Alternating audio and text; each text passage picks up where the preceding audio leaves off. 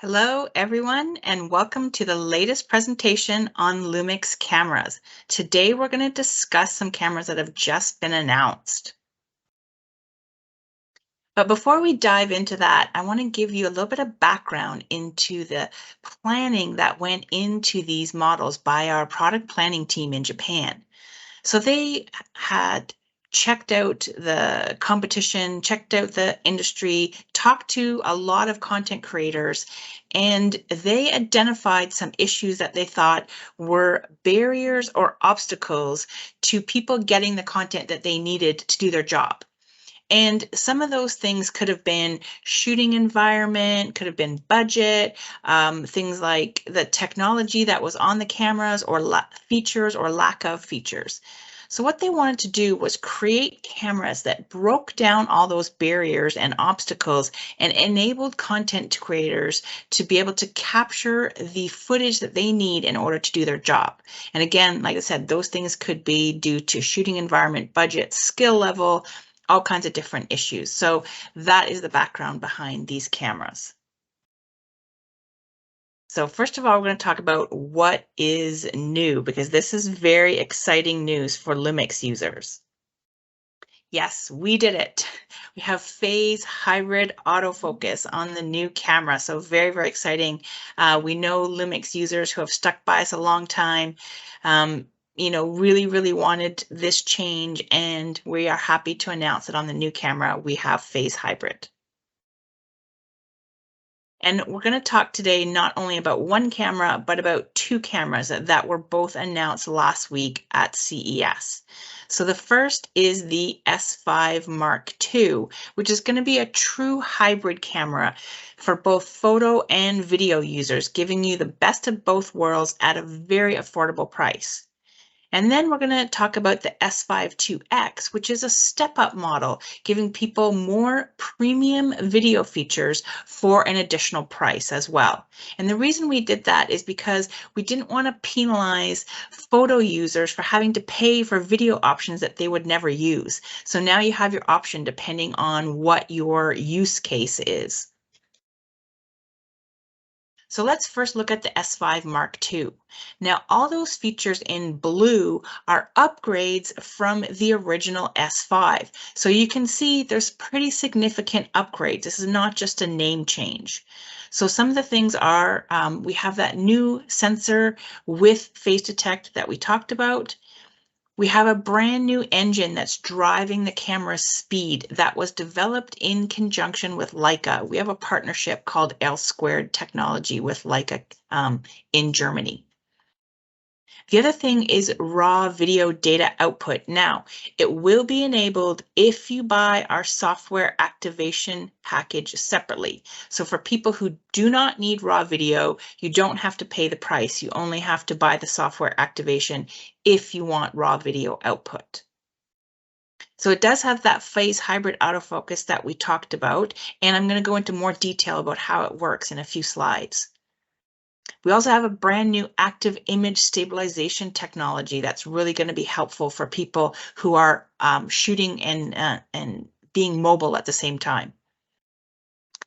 Now we have a new 30 frames a second photo capture with electronic shutter in both autofocus single and autofocus continuous, and that could be in RAW, RAW plus JPEG, or JPEG only. We also now enable up to 6K video recording in 30 frames a second in 10-bit.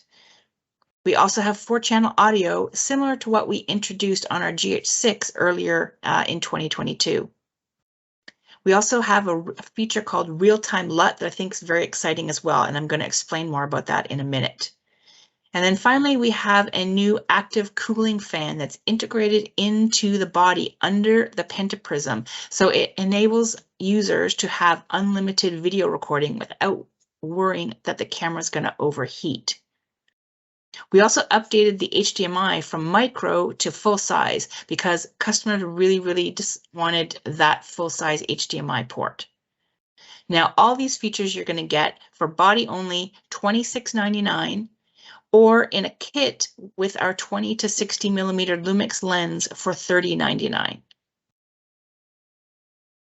And now let's jump into the S5IIX. So again, the features that you see in blue are now upgrades from the S5 II.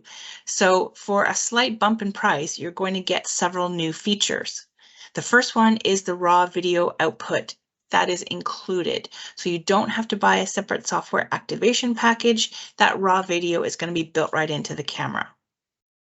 It will also enable USB to SSD recording, which is very helpful when you're doing things like raw video or some of those higher bit rates.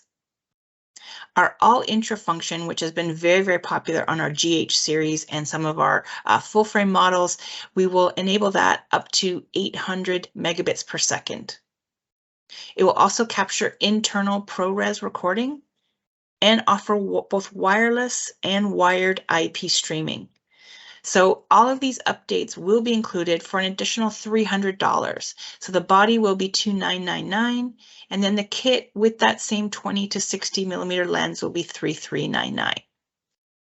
So now let's look at it side by side so you can see exactly what the differences are between the two models. So they will both have all the same common features. The difference starts here. So with RAW, if you want it on the S5 Mark II, then you have to buy that separate software activation package. But on the S5 IIX, it's included for free, so no further purchase is needed.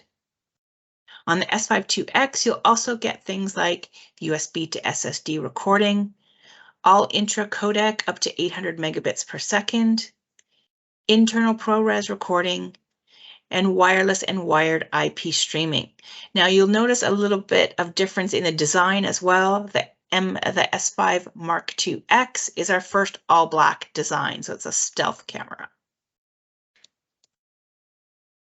Now to recap some of these features and give you more info, let's first look at the sensor. So it is a brand new sensor that we have, 24 megapixels with that phase detect autofocus.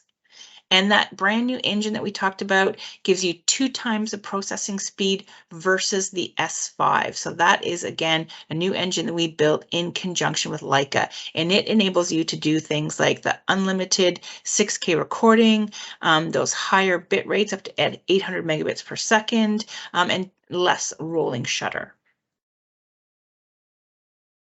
So let's talk about some of our other updates that we made. The first one I want to talk about is active image stabilization. So this gives you stabilization while you're shooting and the camera is moving at the same time. So you could be walking and trying to get a shot.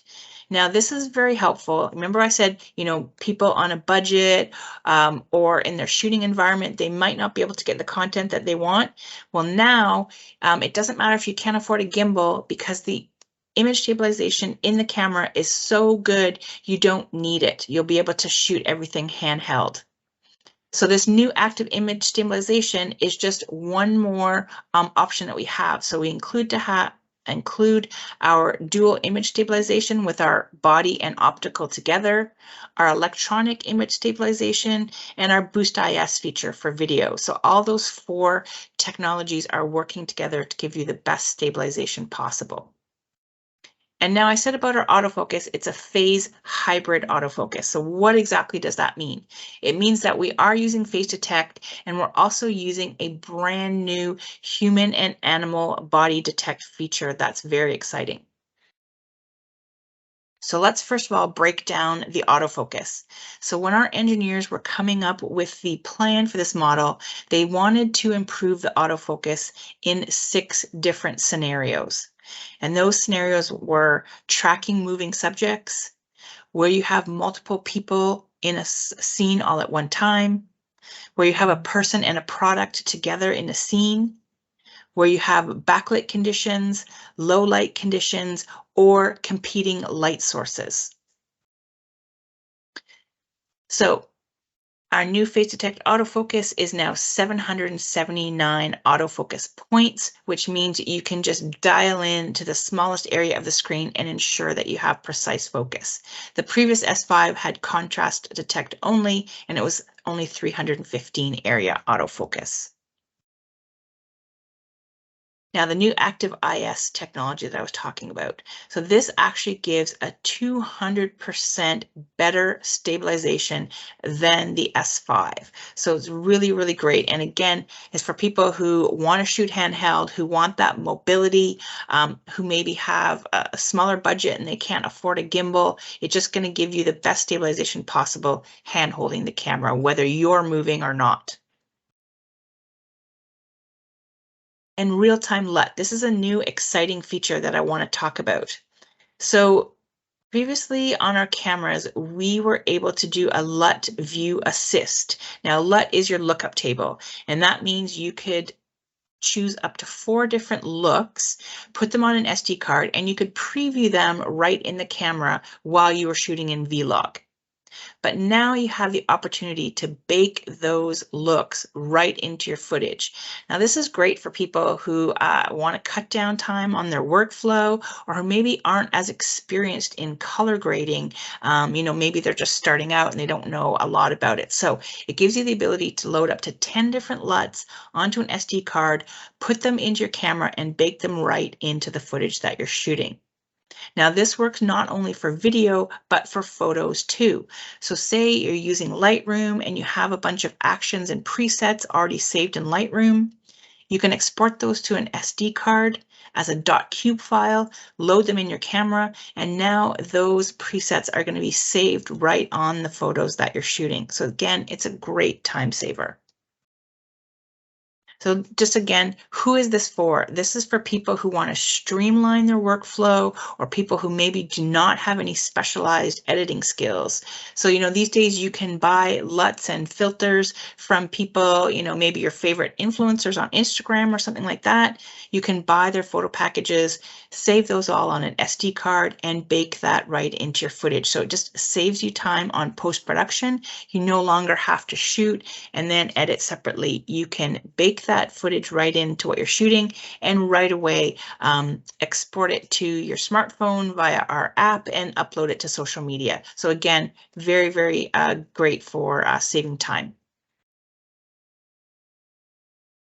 Now let's look at the sensor for 1 minute. So when we are shooting 4K and 6K, we are using the full width of the sensor, 4K up to 30 frames and 6K 30 frames. The only time we have a crop on the sensor is when you're shooting 4K 60. You have that APS-C crop. Now, a lot of people have said, well, why do you have a crop on this? We want full frame, uncropped 4K 60.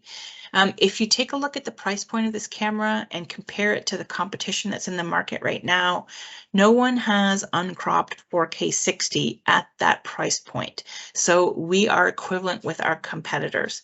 You have to pay several $1,000s more to step up to a much higher end camera to get uncropped 4K 60. So again, we were cognizant of our users' budget. We wanted to make something that would be very budget friendly for the most number of people, and that's the reason why there's a crop in 4K 60. Now, thermal management. On the last several years, there's been a lot of issues with cameras overheating while they're recording for a long period of time, but we've never had that problem with Lumix cameras. And the reason why is that our engineers test these cameras up to 40 degrees Celsius, and they guarantee unlimited recording for up to 40 degrees Celsius. Okay, so again, that active cooling fan that I mentioned helps cool down the camera and give you unlimited recording time. Whether you're shooting 6K, 4K, you don't have to worry about your camera overheating. And let's take a look at that. So what happens is the heat from the sensor and the engine is pulled up into the fan, and then that hot air is expelled out the sides of the camera. Now it's still splash and dust proof, so you don't have to worry that this fan is going to mess with the weather sealing on the camera. It has no issue whatsoever. So there's several different modes on the fan that you can set up. So you can program how often it comes on or when it comes on. And again, you don't have to worry about noise. We've been inputting fans in our cameras for the past several years, and really there's been no issues with noise interfering with people's video shooting whatsoever. Now, raw video output. As I mentioned before, depending on whether you get the S5 II or the S5 IIX, there's going to be a little bit of difference there. With the S5 II, you have to buy our software firm-up package to enable raw output. With the S5 IIX, as long as you have the Atomos Ninja 5 Plus, the raw is included with the camera and you can set it up to output through HDMI. So just again, another difference between the cameras, that photo people will not need this feature, so we're not penalizing them by making them pay for something that they don't need. Now, 4-channel audio. This is something that we introduced with the GH6 in 2022, and it was very well received in the market because you can set up our XLR audio adapter, which is an optional accessory on the top of the camera in the hot shoe, and then either use the built-in mic or the 3.5mm mic jack to record another 2 channels of audio. So this gives you a very easy way to record your talent plus maybe ambient noises at the same time, and then you can layer them all together in post. So again, it's just a way to cut down on your workflow, make it much easier for you to shoot once and then do your post-production without having to go back and re-record because there was audio issues. Now, the S5 IIX is also going to be enabled with both wireless and wired IP streaming. This is a feature that we have in our GH5 Mark II and some of our box cams that we introduced as well. With wireless, you can use your smartphone or a router and stream using our free Lumix Sync app. It's very, very easy, just 5 quick steps and you can be live. Now this enables you to be very mobile and you can stream from wherever you are. If you're indoors or in a dedicated setting, then you can use a LAN cable to connect to a laptop or PC and stream that way. So it just gives you more and more options. If you are using a smartphone, we also offer the ability to do USB tethering to a smartphone in case you're somewhere where you cannot get a stable Wi-Fi connection. Now for photo enthusiasts, we do have some updates to the features as well that I want to talk about. So the first is the burst mode. So there's an update to the burst shooting with both mechanical and electronic shutter. So both the S5 II and the S5 IIX now offer 9 frames a second with mechanical shutter in single autofocus or 7 frames a second in continuous autofocus. But if you switch to electronic shutter, you now get 30 frames a second in both single and continuous autofocus. And that will be for RAW and JPEG or JPEG images only. And you can capture up to about 200 images at 30 frames a second before the camera starts to slow down. But again, that is dependent on the SD card that you're using. So make sure you get a card that can handle a very fast read-write speed so you don't slow down your burst shooting at all. One feature we've had for a few years now is our 96 megapixel high resolution mode. And that's where the camera takes 8 photos in quick succession and layers them all together in camera in the space of a split second. And so now you go from 24 megapixels to 96 megapixels very, very easily. And this is great for landscape photographers or maybe people who are doing fine art reproduction because you can get the detail that you want in that 96 megapixels. And you have the option to do RAW plus JPEG, or JPEG only. So you don't have to burden your computer if it can't handle that 96 megapixel RAW image. We also added our live view composite feature for photo enthusiasts in the S5 II. This is going to be introduced with a future firmware update for free.